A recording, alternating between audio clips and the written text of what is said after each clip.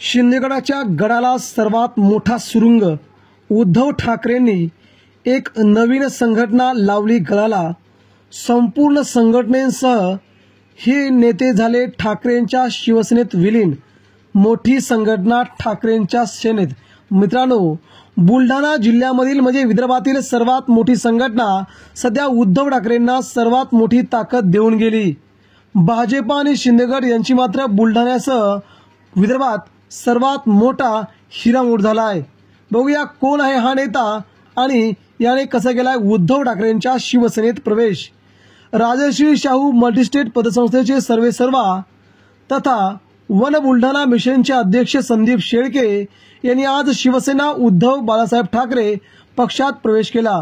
मुंबई स्थित मातोश्री येथे त्यांनी उद्धव ठाकरे यांच्या हस्ते शिवबंधन बांधून हाती मशाल घेतली.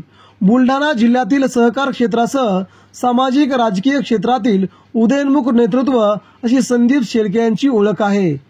यामुळे कोणत्याही अटीशर्तीशिवाय शिवसेनेत प्रवेश केल्याचे शेळके यांनी स्पष्ट केले. व्यापक समाजसेवा करण्यासाठी राजकीय पक्षाचे पाठबळ लागते हे लक्षात घेता आपण आवडीच्या पक्षात प्रवेश केलाय असंही त्यांनी म्हटलंय.